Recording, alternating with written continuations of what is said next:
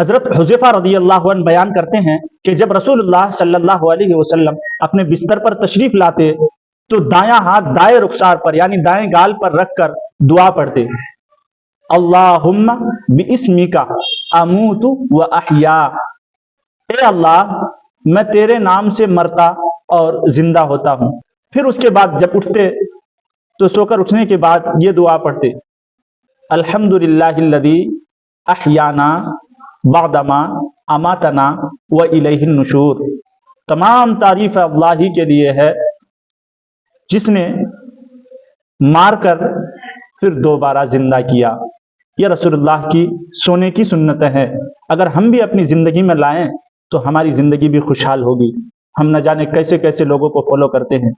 ایکٹروں کو فالو کرتے ہیں، طرح طرح کے، جن کو کھڑے ہو کر پیشاب کرنا آتا ہے، جنہیں کوئی کھانے کی نہ پینے کی کوئی تمیز ہے، ہم ان لوگوں کو فالو کرتے ہیں۔ اگر رسول اللہ صلی اللہ علیہ وسلم کی ایک ایک سنت کو ہم اپنی زندگی میں لائیں تو ہماری زندگی خوشحال ہو۔